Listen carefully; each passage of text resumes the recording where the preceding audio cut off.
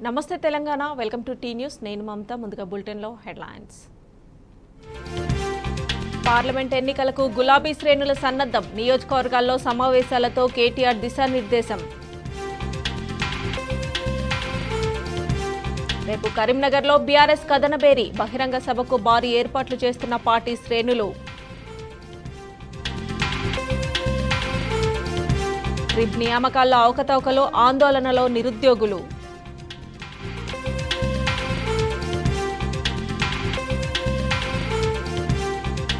కాంగ్రెస్ పాలనలో గాడి తప్పిన వ్యవసాయం 3 నెలల్లోనే బయటపడ్డ వైఫల్యం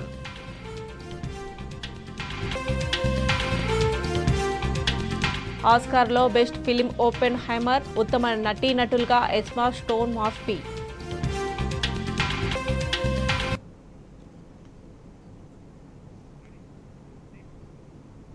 ఇక బులెటిన్ అప్డేట్ చూస్తే మహాలక్ష్మి పథకం ఏమైంది సారు అంటూ రేవంత్ సర్కార్ను మహిళా లోకం నిలదీస్తోంది 3 నెలలైనా చెప్పింది ఇంతవరకు అమలు చేయలేదు కానీ ఇప్పుడు డ్వాక్రా మహిళలకు సంబంధించి మరో కొత్త రాగం అందుకోవడంపై ఆగ్రహం వ్యక్తమవుతోంది మహాలక్ష్మి పథకాన్ని లోక్సభ ఎన్నికలకు ముందే అమలు చేయాలని కాంగ్రెస్ ప్రభుత్వాన్ని మహిళా లోకం డిమాండ్ చేస్తోంది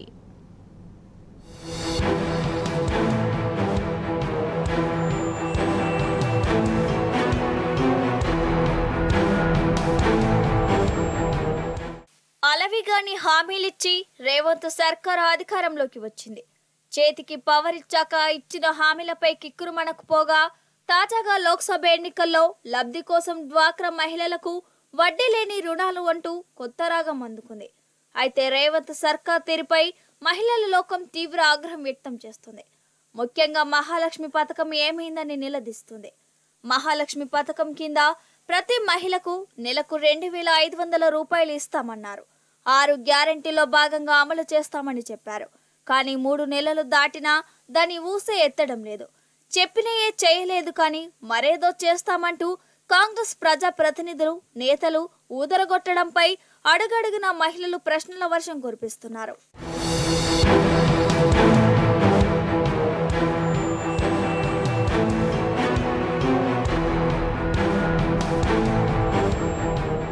రాష్ట్ర వ్యాప్తంగా పలు చోట్ల మహిళల నుంచి తీవ్ర వ్యతిరేకత ఎదురవుతుండటంతో కాంగ్రెస్ సర్కార్ ఇప్పుడు మరో ఎత్తుగడ వేసినట్టు తెలుస్తుంది లోక్సభ ఎన్నికల నోటిఫికేషన్ మరో 3-4 రోజుల్లో రానున్న నేపథ్యంలో మహిళలను బురిడి కొట్టించేందుకు డ్వాక్రా సంఘాలకు వడ్డీ లేని రుణాలు ఇస్తామంటూ ప్రకటనలు చేస్తుంది అందులో భాగంగానే 12న రాష్ట్ర వ్యాప్తంగా ఉన్న డ్వాక్రా సంఘాలకు చెందిన 1,00,000 మంది మహిళలతో హైదరాబాద్ పరేడ్ గ్రౌండ్ లో సమావేశం నిర్వహించాలని ఇప్పటికే నిర్ణయించింది రాష్ట్రంలోని 4,39,717 స్వయం సహాయక సంఘాల్లో సభ్యులుగా ఉన్న 47,36,868 మంది సభ్యులకు వడ్డీ లేని రుణాలను అందిస్తామని చెబుతుంది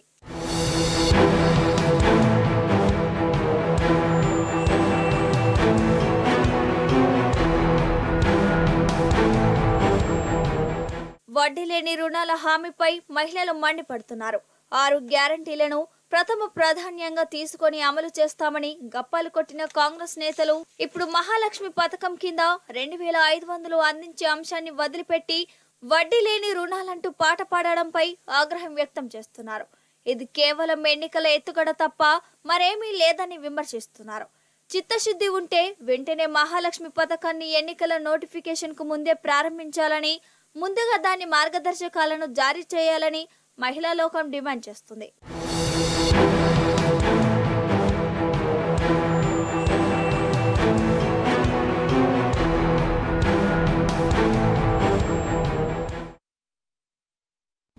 మొన్నటి వానాకాలం సీజన్ వరకు పచ్చని పంటలతో కలకల్లాడిన రాష్ట్రంలో ప్రస్తుతం ఎండిన పంటలు ఎక్కిరిస్తున్నాయి ఎంత పంట వేసినా నీళ్లు పారుతాయనే ధీమా నుంచి వేసిన పంటకైనా పారుతుందో లేదో అనే దుర్భర పరిస్థితి వచ్చింది బీఆర్ఎస్ పాలనలో గాడిన పడ్డ వ్యవసాయం కాంగ్రెస్ 3 నెలల పాలనలోనే గాడి తప్పుతున్నది మొత్తంగా రైతులకు మళ్లీ కష్టకాలం మొదలైంది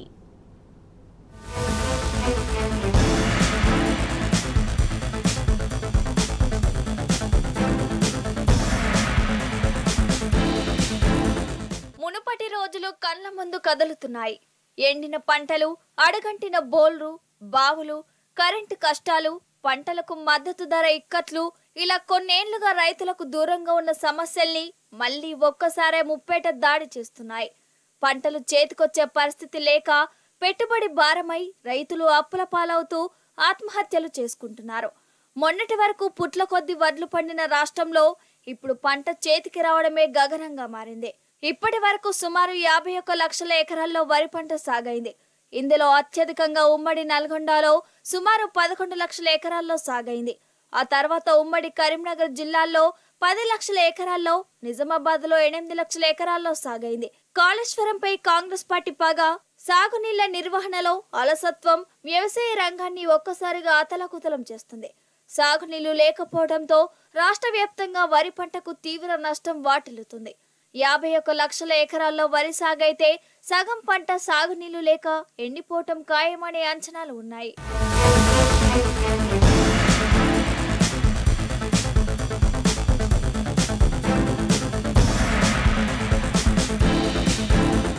గత ఏడాది సమయానికి సుమారు 74 లక్షల ఎకరాల్లో వివిధ పంటల సాగు కాగా ప్రస్తుతం ఇది 66 లక్షల ఎకరాలకే పరిమితమైంది.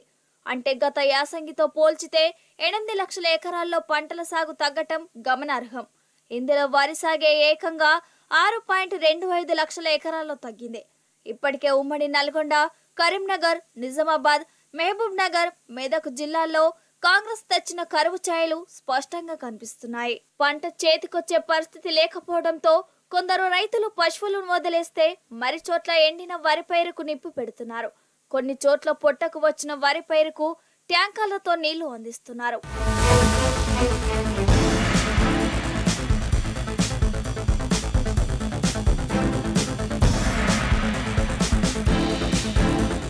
ఉమ్మడి రాష్ట్రంలో సాగునీళ్లు, కరెంటు, ఎరువులు, మద్దతు ధర కోసం రైతులు రోడ్డెక్కడం సర్వసాధారణంగా ఉండేది.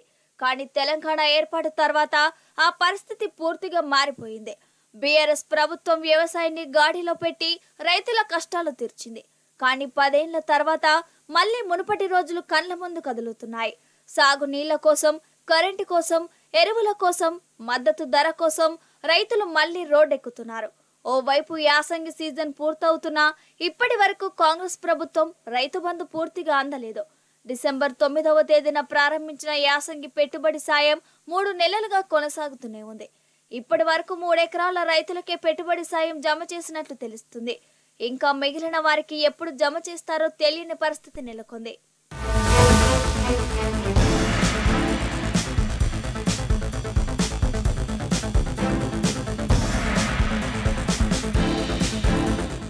ఇక ట్రిప్ నియామకాల్లో అక్రమాల పుట్ట పగిలింది. రోజుకో కేటగిరీలో అవకతవకలు బయటపడుతున్నాయి.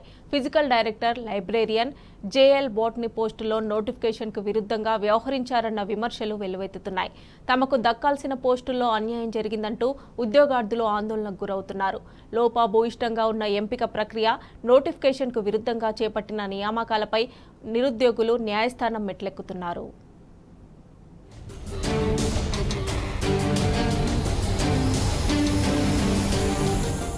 Telangana residential education institute recruitment board ఇటీవల చేసిన నియామకాల్లో జరిగిన అవకతవకలు తవ్విన కొద్దీ బయటపడుతున్నాయి. ఫిజికల్ డైరెక్టర్ పోస్టులను అనర్హులకు కట్టబెట్టారంటూ వివాదం మొదలవగా తాజాగా లైబ్రేరియన్, జేఎల్ బోటనీ పోస్టులను నోటిఫికేషన్కు విరుద్ధంగా వ్యవహరించారన్న విమర్శలు మొదలయ్యాయి. దక్కాల్సిన పోస్టులో తమకు అన్యాయం జరిగిందంటూ ఉద్యోగార్థులు ఆందోళనకు గురవుతున్నారు. పోస్టుల వారీగా బాధితులు వరుసగా కోర్టు మెట్లు ఎక్కుతున్నారు. రానున్న ఎన్నికల్లో లబ్ధి కోసం హడావిడిగా నియామక పత్రాలు అందించిన సర్కార్ అక్రమాలు బయటపడుతున్నా నోరు మెదపటం లేదు. ఫిజికల్ డైరెక్టర్ పోస్టుల్లో అనర్హులు ఉన్నట్లు ఇప్పటికే గుర్తించగా తాజాగా లైబ్రేరియన్ పోస్టులకు కూడా అనర్హులకు కట్టబెట్టారని తెలుస్తుంది.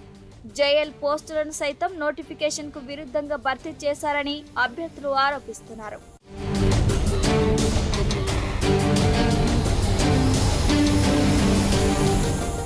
నూట 60 బోటనీ జూనియర్ లెక్చరర్ పోస్టులకు నోటిఫికేషన్ జారీ చేసిన ట్రిప్ బోటనీతో పాటు biotechnology, microbiology, marine biology, bioscience, modern biology, plant సైన్స్లో ఎంఎస్సీ చేసిన అభ్యర్థులు కూడా అర్హులేనని పేర్కొంది. ఆ మేరకు జేఎల్ పోస్టులకు 1:2 మెరిట్ జాబితాను విడుదల చేసింది. డెమోలకు, సర్టిఫికెట్ల వెరిఫికేషన్ కు ఆహ్వానించింది. జేఎల్ బోటనీ పోస్ట్ కు సంబంధించి ఎంఎస్సీతో పాటు డిగ్రీలో కూడా బోటనీ చదివి ఉండాలని చెబుతూ పలువురు అభ్యర్థులను డెమోకు కూడా అనుమతించలేదు. నోటిఫికేషన్ కు విరుద్ధంగా ఆంధ్ర యూనివర్సిటీ నుంచి మైక్రోబయాలజీ చేసిన వారే జేఎల్ బోటనీకి అర్హులంటూ మరికొందరిని తిరస్కరించి తుది జాబితాను ప్రకటించింది. ట్రిప్ తీరుపై బాధిత అభ్యర్థి కోర్టును ఆశ్రయించాడు. వాదనలు విన్న కోర్టు నోటిఫికేషన్ ప్రకారం జేఎల్ బోటనీ పోస్టుకు సంబంధించి యూనివర్సిటీతో సంబంధం లేకుండా మైక్రోబయాలజీ అభ్యర్థులు జేఎల్ బోటనీ పోస్టుకు అర్హులని స్పష్టం చేసింది. సదరు అభ్యర్థిని జేఎల్ బోటనీ పోస్టుకు ఎంపిక చేయాలని ట్రిప్ అధికారులకు స్పష్టమైన మార్గదర్శకాలతో కోర్టు మధ్యంతర ఉత్తర్వులు జారీ చేసింది. ఈ తీర్పు అనంతరం ఇదే తరహా అభ్యర్థనతో మరో అభ్యర్థి కోర్టును ఆశ్రయించగా అవే ఉత్తర్వులు వర్తిస్తాయని కోర్టు మరోమారు స్పష్టం చేసింది. వీరే కాదు, మరెందరో అభ్యర్థులు కూడా కోర్టును ఆశ్రయించారు.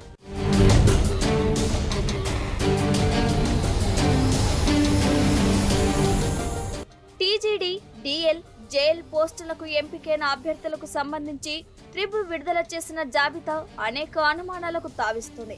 ఫీమేల్ జెండర్ పై మేల్ క్యాండిడేట్లను ఎంపిక చేయడం వివాదాస్పదమైంది. డిఎల్ ఇంగ్లీష్, జేఎల్ ఫిజిక్స్ పోస్టులకు సంబంధించి ఆ జాబితాలో ఇద్దరిని ఫీమేల్ జెండర్ గా చూపిస్తూ ఇద్దరు పురుష అభ్యర్థులను ఎంపిక చేసింది. అటు లైబ్రేరియన్ పోస్టులను కూడా అనర్హులకు కట్టబెట్టారన్న ఆరోపణలు వినిపిస్తున్నాయి. మొత్తం 434 లైబ్రేరియన్ పోస్టులకు ట్రిప్ నోటిఫికేషన్ జారీ చేసింది. అందులో 418 పోస్టులకు ఎంపికైన అభ్యర్థుల తుది జాబితాను ప్రకటించింది. లైబ్రేరియన్ పోస్టులకు సంబంధించి నోటిఫికేషన్ నిబంధనల ప్రకారం 2014 తర్వాత ఆచార్య నాగార్జున, అలగప్ప, ద్రవిడతో పాటు ఇతర రాష్ట్రాల్లోని యూనివర్సిటీల నుంచి లైబ్రేరియన్ సైన్స్ కోర్స్ పూర్తి చేసిన అభ్యర్థులు అనర్హులు.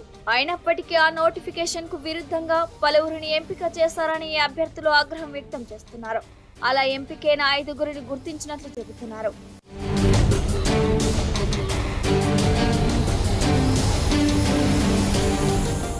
పోస్టుల భర్తీ ప్రక్రియ ప్రణాళిక లేకుండా సాగటం, ఒక్కరోజు వ్యవధిలోనే సర్టిఫికెట్ల వెరిఫికేషన్ పూర్తి చేయటం, వారం రోజుల్లోనే నియామక పత్రాలు అందజేయటం కారణంగా అవకతవకలు చోటు చేసుకుంటున్నట్లు అభ్యర్థులు విమర్శిస్తున్నారు. పోస్టుల వారీగా వెలుగులోకి వస్తున్న ఘటనలే అందుకు నిదర్శనమని ఆగ్రహం వ్యక్తం చేస్తున్నారు. ఎన్నికల లబ్ధి కోసం ప్రభుత్వం చేసిన ఈ హడావిడితో అభ్యర్థులు నష్టపోతున్నారని వాపోతున్నారు.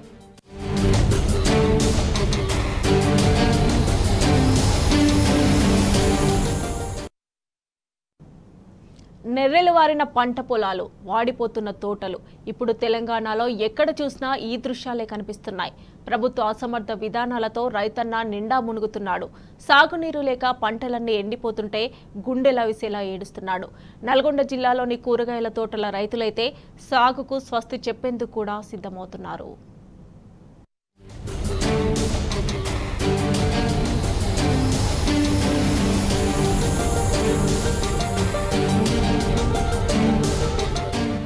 కాంగ్రెస్ పాలన రైతులను కంటతడి పెట్టిస్తోంది. సాగునీరు లేక నల్గొండ జిల్లాలో వేలాది ఎకరాల్లో పంటలు ఎండిపోతున్నాయి. ఆరుతడి పంటలైనా పండే పరిస్థితి లేదు. సరైన తడి లేక కూరగాయల చేళ్లన్నీ వాడిపోతున్నాయి. బత్తాయి, నిమ్మ తోటలు నిలువున ఎండిపోతున్నాయి. భూగర్భ జలాలు అడుగంటడంతో బోరు బావులన్నీ బోసిపోతున్నాయి. కాలువల ద్వారా నీళ్లందించేందుకు ప్రభుత్వం ముందుకు రావడం లేదు. దీంతో రైతుల పరిస్థితి దిక్కుతోచని స్థితిలో పడింది.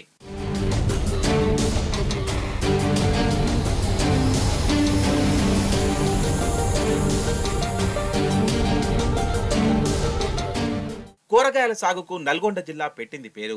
నల్గొండ జిల్లా నుంచే చుట్టుపక్కల జిల్లాలకు కూరగాయలు ఎగుమతి చేసేవారు. కానీ ఈసారి పరిస్థితి అంతా తలకిందులైంది. జిల్లాలో ఈసారి 10,000 ఎకరాల్లో చేపట్టిన కూరగాయల సాగుకు నీటి ఎద్దడి ప్రధాన సమస్యగా మారింది. సాగునీరు లేకపోవడంతో తోటలన్నీ ఎక్కడికక్కడ ఎండిపోతున్నాయి. రైతు పెట్టిన పెట్టుబడి కూడా వచ్చే పరిస్థితి లేదు. తోటలను దక్కించుకునేందుకు కొత్తగా బోర్లు వేసినా ఫలితం ఉండడం లేదని రైతులు ఆవేదన వ్యక్తం చేస్తున్నారు.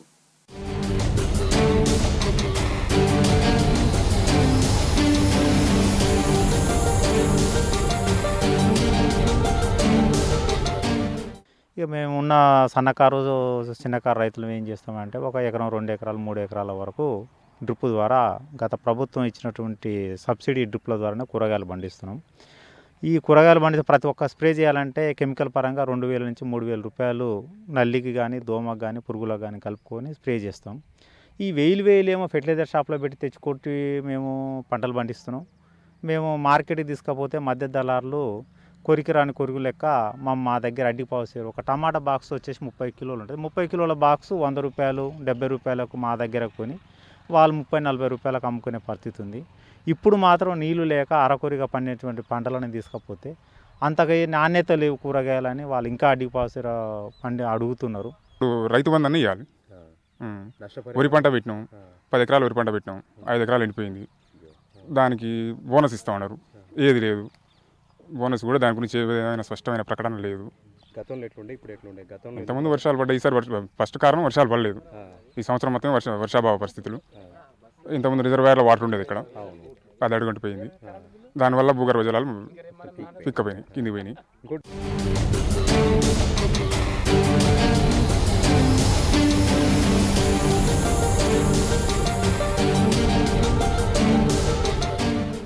బీఆర్ఎస్ పాలనలో సాగు సంబురంగా ఉండేదని రైతులు చెబుతున్నారు. ఎక్కడ చూసినా సుజల దృశ్యం ఆవిష్కరించేదంటున్నారు. కాంగ్రెస్ వచ్చిన 3 నెలల్లోనే రైతుల పరిస్థితి దారుణంగా తయారైందని ఆవేదన వ్యక్తం చేస్తున్నారు. కాంగ్రెస్ ప్రభుత్వం పట్టనితనంతో సాగు ప్రశ్నార్థకంగా మారిందని చెబుతున్నారు. సర్కారు సాగునీరు వదలకపోవడంతో పంటలన్నీ ఎండిపోయే పరిస్థితి వచ్చిందని ఫైర్ అవుతున్నారు. ఏం లేదండి, మొత్తం వేసినాము, టమాటా నీళ్ళు లేక ఎండిపోతుంది. ఉన్నదానికి కూడా రేట్ లేదు. దోస వేసినాము, దోస దానికి ఏం లేదు, దిగుబడి ఏం లేదు. బీర వేసినాము, అది ఏం లేదు. ఇంకేమైనా అది ఎండిపోతుంది. నిన్నమన్న మొత్తం నాణ్యత లేదు. అది తీసుకపోతే టమాటా 100 రూపాయలకు 3 బాక్సులు, 100 రూపాయలకు 3 బాక్సులు తీసుకుపోయి ఆటో కిరాయి వెళ్తలేదని తెంపడమే బంద్ చేసినాం. ఏం లేదు, ఎక్కడ లేదు. అందుకనే ఇక సపోర్ట్ చేయక కామగా ఉన్నాం. ఆ నీళ్ళు కూడా లేక ఎండిపోతుంది. మాకు అనుకున్న వాటర్ లేక పొలాలు ఎండిపోతున్నాయి, తోటలు ఎండిపోతున్నాయి. రైతు బంధు వస్తే రైతు బంధు వస్తలేదు. పెట్టుబడి సాయం అక్కడ వచ్చంటే అవి లేదు. కొన్ని కోసిన ఒడ్లు కూడా దగ్గర 15 వరకు వస్తాం, బోనస్ ఇస్తాను 500. ఇంకా అది కూడా సప్పులు ఇంతవరకు. అది ఇస్తేనే మాకు కొద్దిగా కరువు అయినందుకు కొద్దిగా అది అక్కడ వస్తుంది. మాకు పెట్టుబడులకు సాయం అవుతుంది. ఎమ్మటే గవర్నమెంట్ మాకు ఎమ్మటే సహకరించాలి.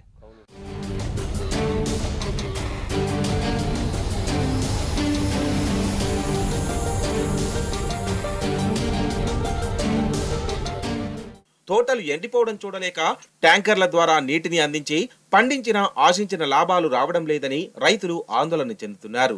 నానా కష్టాలు పడి మార్కెట్కు పంటలు తరలిస్తే దళారులు నిండా దోచుకుంటున్నారంటున్నారు. తక్కువ రేట్లకు కొనుగోలు చేసి నష్టాల పాలు చేస్తున్నారని ఆవేదన వ్యక్తం చేస్తున్నారు.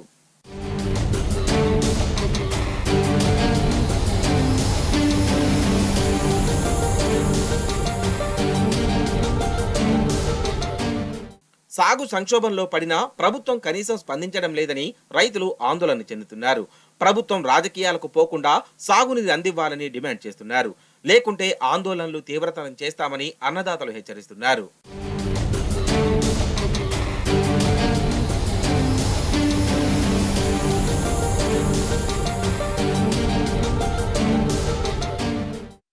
జైరాబాద్ పార్లమెంటు నియోజకవర్గ పరిధిలోని ముఖ్య నేతలతో బీఆర్ఎస్ అధినేత కేసీఆర్ సమావేశమయ్యారు. నందీనగర్లోని నివాసంలో వారితో భేటీ అయ్యారు. జైరాబాద్ పార్లమెంట్ అభ్యర్థి ఎంపికపై ముఖ్య నేతలతో చర్చించారు. ఇక ఎమ్మెల్యేలు పోచారం శ్రీనివాస్ రెడ్డి, హరీష్ రావు, ప్రశాంత్ రెడ్డితో పాటు పలువురు నేతలు ఈ సమావేశంలో పాల్గొన్నారు.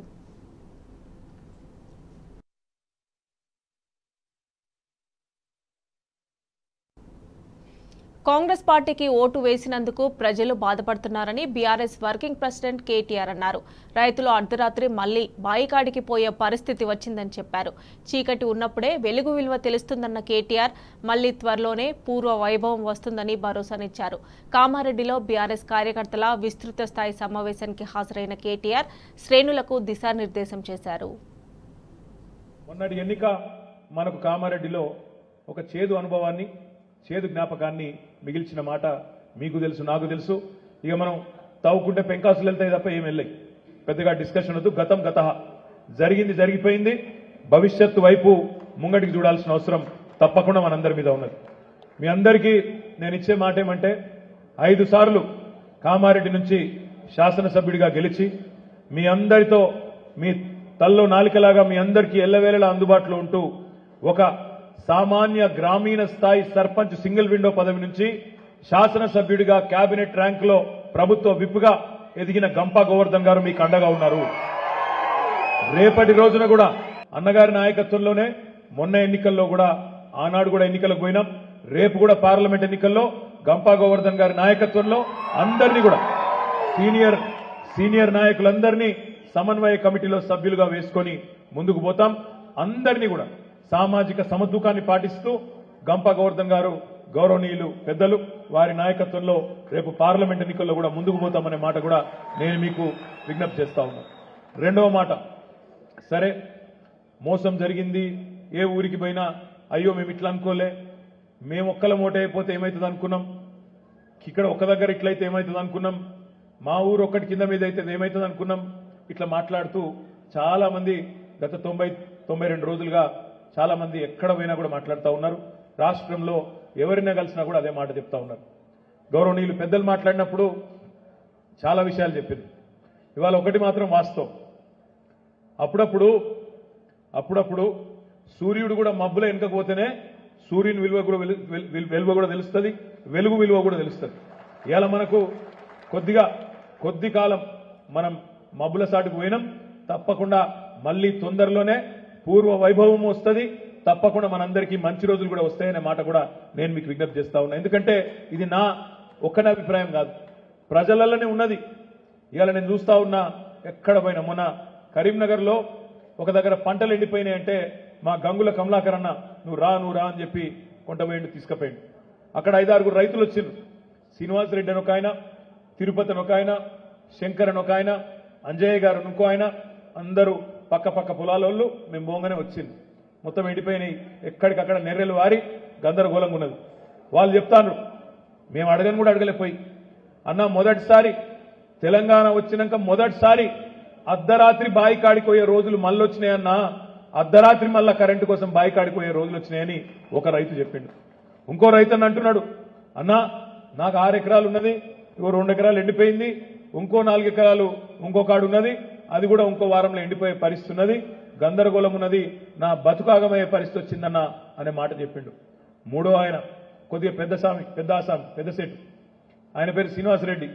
ఆయన అన్నాడు, అన్న కేసీఆర్ ఉన్నప్పుడు 10 ఎకరాలకు మంచిగా ప్రతి పంటకు బ్రహ్మాండంగా నాకు 50,000 రూపాయలు పడుతుండే, సంవత్సరానికి 1,00,000 పడుతుండే. ఇవాళ పరిస్థితి ఏంటంటే కాంగ్రెస్ వచ్చినాక మార్పు అన్నారు, మేము కూడా గుద్దినాం. కానీ ఇవాళ పరిస్థితి ఏంటి అంటే ఆ 1,00,000 రూపాయలు రాలే, మీదికెళ్ళి నాకే 2 లక్షల రూపాయలు ఖర్చు వచ్చిందన్న. ఇవాళ మళ్ళా బోరింగ్లన్నీ రిపేర్ చేసే పరిస్థితి వచ్చింది, మళ్ళా మోటార్లు కాలుతున్నాయి, రిపేర్ చేయించుకునే దుస్థితి వచ్చింది అని చెప్పి ఆ శ్రీనివాస్ రెడ్డి అనే రైతు చెప్తా ఉన్నాడు.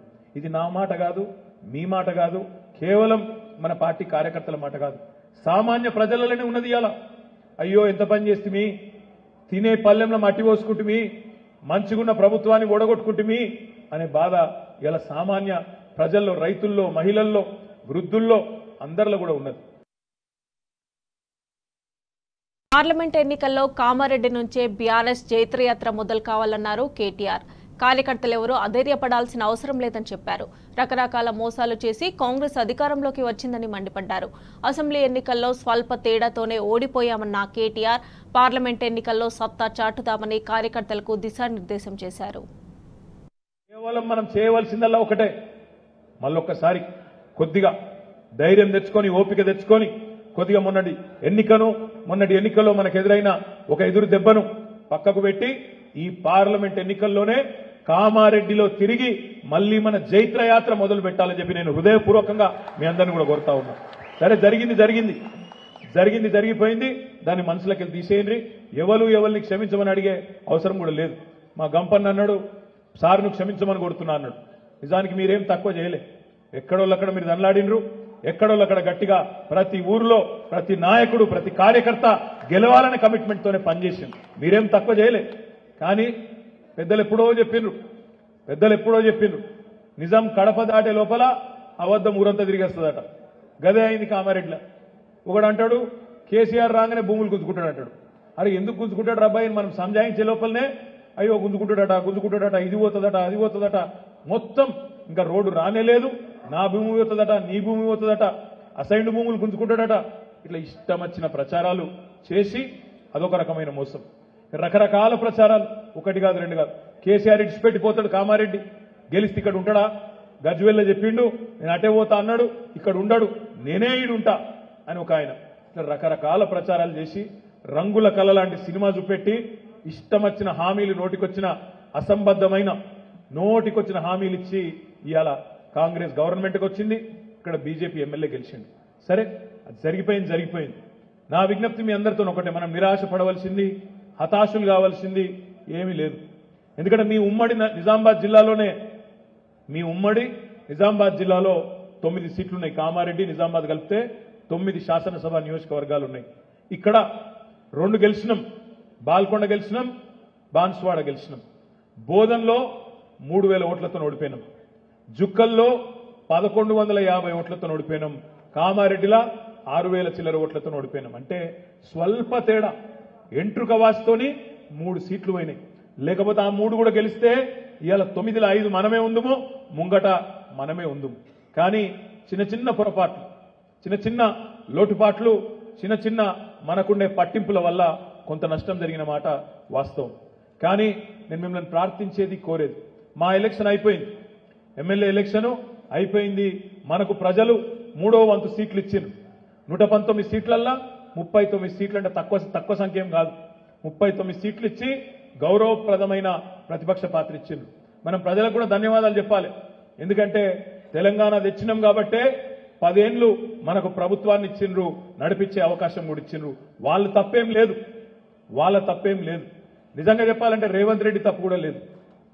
రేవంత్ రెడ్డి కుల్లా చెప్పిండు, సిగ్గుపడలేదు, టీవీలలోనే చెప్పిండు, ప్రజలు మోసపోవాలనే కోరుకుంటారు, ప్రజలు మోసగాళ్ళనే నమ్ముతారు, మాకు మోసం చేయక తప్పదు, ప్రజలు కోరుకునేదే మేము చేస్తాము అని రేవంత్ రెడ్డి చెప్పిండు. ఆయన నిజంగా చెప్తున్నాడు, నిజాయితీగా చెప్పిండు. మోసగాడైనా నిజాయితీ గల మోసగాడు రేవంత్ రెడ్డి, నిజాయితీ గల మోసగాడు. మోసం చేస్తా అని చెప్పిండు, మోసం చేసిండు. తప్పెవలది మనం చక్కగా చెప్పలేదు ప్రజలకు. ఇదే ముచ్చట మనం ప్రజలకు చక్కగా చెప్పలేకపోయినాం. ఎందుకంటే మీకు తెలుసు, పెద్దోళ్ళు చెప్తారు మన ఊళ్ళల్లా, గొర్రె ఎవరన్నా నమ్ముతుంది, మరి గదే అవుతుంది. మోసపోయేటోళ్ళు మోసం చేస్తూనే నమ్ముతారు, అదేం దరిద్రం. గట్లే ఉన్నది కథ. ఇక డిసెంబర్ 9 నాడే రుణమాఫీ చేస్తామని రేవంత్ రెడ్డి కోతలు కోశాడని కేటీఆర్ మండిపడ్డారు. మార్చి 9 పోయినా రుణమాఫీ చేయలేదని నిప్పులు చెరిగారు. మార్చి 17వ తేదీతో కాంగ్రెస్ 100 రోజుల సినిమా పూర్తవుతుందని ఆయన ఎద్దేవా చేశారు. ఇచ్చిన హామీలు నెరవేర్చకపోతే ఆడబిడ్డలే రేవంత్ రెడ్డి భరతం పడతారని కేటీఆర్ హెచ్చరించారు. మాటలు మా సిరిసిల్లలు అంటారు పొంకనాల పోతిరెడ్డి అని. పొంకనాల పోతిరెడ్డి లెక్క ఎన్ని మాటలు చెప్పిండే. నేను వస్తున్నా డిసెంబర్ 9 వస్తూనే ఉన్నా. ఇప్పటిదాకా రైతులు ఎవరెవరైతే లోన్ తెచ్చుకోలేదో ఉరుకుండ్రి బ్యాంకుకు. డిసెంబర్ 8 దాకా ఉరికి 2 లక్షలు తెచ్చుకోండి, డిసెంబర్ 9 నాడు నేను సంతకం పెడతా, రుణం మాఫీ చేస్తా అని చెప్పి నరికిండు పొంకనాల పోతిరెడ్డి. ఏమైంది? డిసెంబర్ 9 వాయ్, జనవరి 9 వాయ్, ఫిబ్రవరి 9 వాయ్, ఇవాళ ఏమిటిది మార్చి 10, మార్చి 9 కూడా వీకింది. మరి యాద్ చేయొద్దా రేవంత్ రెడ్డి గారికి? తారీఖులు నువ్వే చెప్తివి, ఎవరు చెప్పమన్నాడు నిన్ను? తారీఖు నువ్వే చెప్తివి, తేదీ నువ్వే చెప్తివి, 9th అని నరికితివి. ఇప్పుడు యాద్ చేసినావు అనుకో, అగో నేను కూర్చోనే లేదు కుర్చీలా, అప్పుడే ఎడమ అటు ఇటు వాయిస్తున్నారు వీళ్ళు అని మాట్లాడతారు. మేము చెప్పినావా? కాక మేము చెప్పినావా తారీఖు? నువ్వే తారీఖు చెప్తివి. 9 నాడు చేస్తా అని నరికితివి, చేయకపోతివి.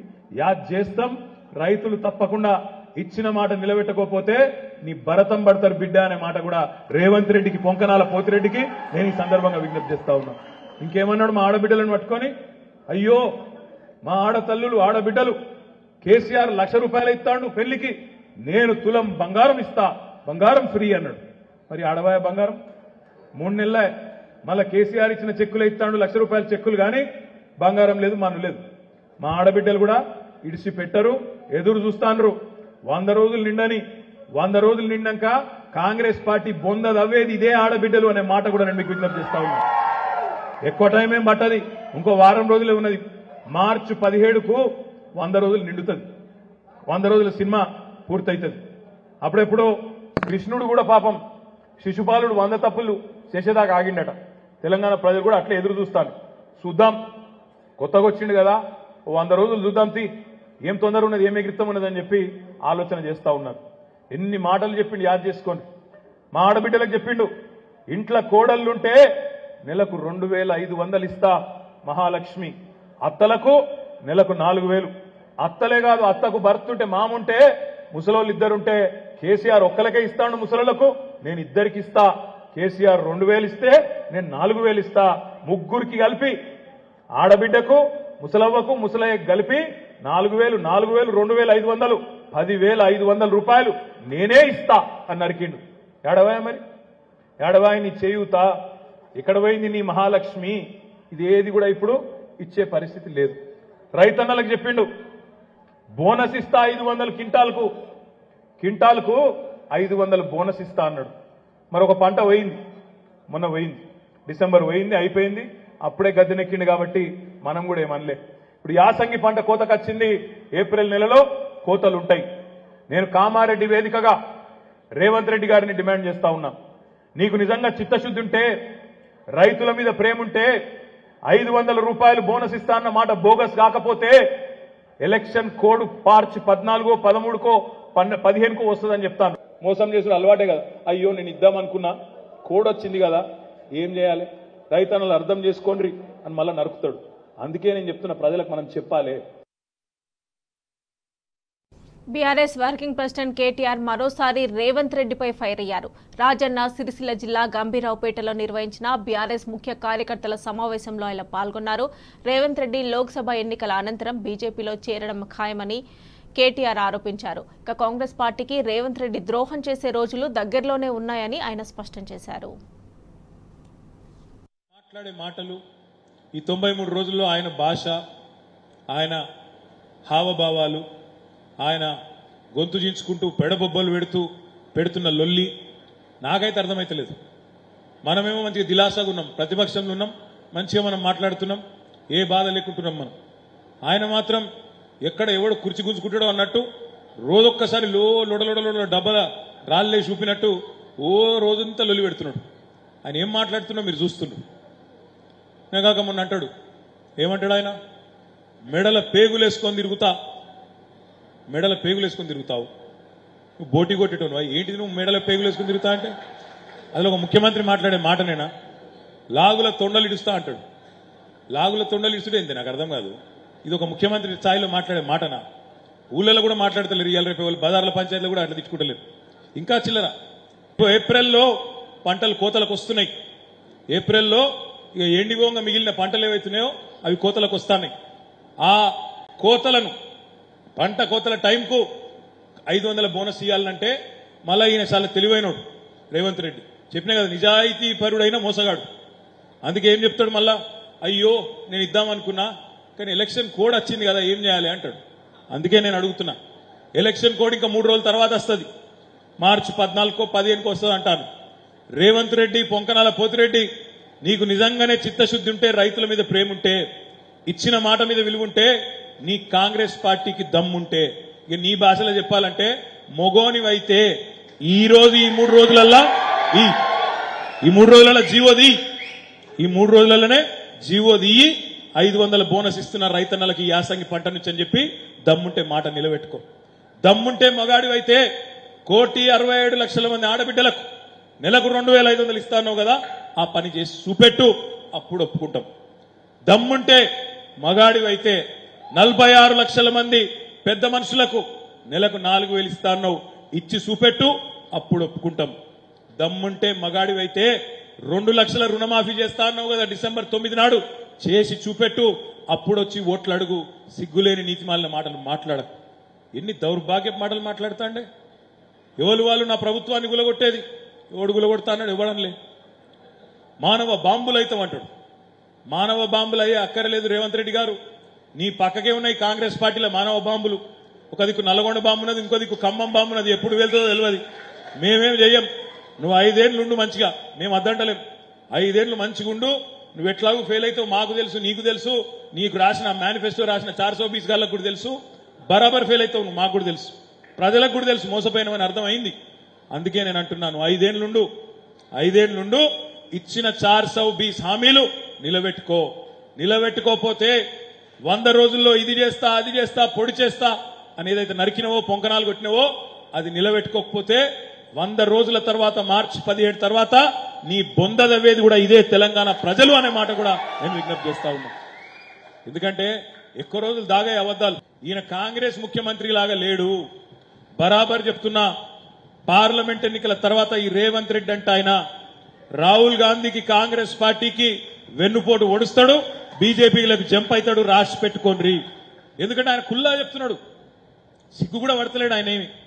మన మోడీ వచ్చినప్పుడు ఏమన్నాడు, బడే బాయ్ आप हमारे बड़े भाई है, आगे भी आपका मदद चाहिए. నేను నాకు తెలియకూడదు ఆగే బి మదత్ చాయి అంటే ఏంది.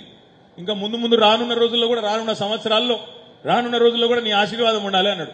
అంటే ఏమన్నట్టు, మేము గెలిచేది లేదు పీకేది లేదు, కాంగ్రెస్ వాళ్ళు మా రాహుల్ గాంధీ గారు ఏం కాడు, మళ్ళా నువ్వే ప్రధానమంత్రి అవుతావు అని కూడా కాంగ్రెస్ సీఎం చెప్తాడే. అంటే ఏమన్నట్టే, బరాబర్ మొత్తం సెట్టింగ్ చేసుకున్నట్ట కాదా. ఇక గిసొంటోడు మళ్ళీ ఆయన ఓట్లు వేయాలని చెప్పి తిరుగుతా ఉన్నాడు. ఇక్కడున్న మా సోదరులకు నేను ఒకటే కోరుతా ఉన్నా, ముఖ్యమంత్రి చెప్తాడు కాంగ్రెస్ అధికారంలోకి వచ్చేది లేదు, మా కేంద్ర ప్రభుత్వం రాదు అని ముఖ్యమంత్రి గారే గంటా పదంగా నరేంద్ర మోడీ ఆశీర్వాదం కావాలని అడుగుతాడు. మరి అసంటోనికి ఓట్లు వేసుడెందుకు, మన ఓటు ఖరాబు చేసుకుండేందుకు ఆలోచించమని చెప్పి నేను కోరుతా ఉన్నా. నేను ఇప్పటికి 4 సార్లు, ఒకసారి కాదు 4 సార్లు ఆరోపించిన, రేవంత్ రెడ్డి అంటే ఆయనే పార్లమెంట్ ఎన్నికల తర్వాత పక్కా జంప్ అవుతాడు, ఏకనాథ్ షిండే లెక్క ఈయన బీజేపీలో దూరుతాడు, సొరతాడు, కాంగ్రెస్ కు తంతాడు అని చెప్పిన. ఒకసారి కాదు 4 సార్లు, నెల రోజుల నుంచి చెప్తున్నా. రేవంత్ రెడ్డి అన్నిటి మీద స్పందిస్తాడు, దీని మీద మాత్రం మాట్లాడతలేడు. అంటే ఏందన్నట్టు, మౌనం అర్ధాంగీకారమే కదా, ఒప్పుకున్నట్టే కదా.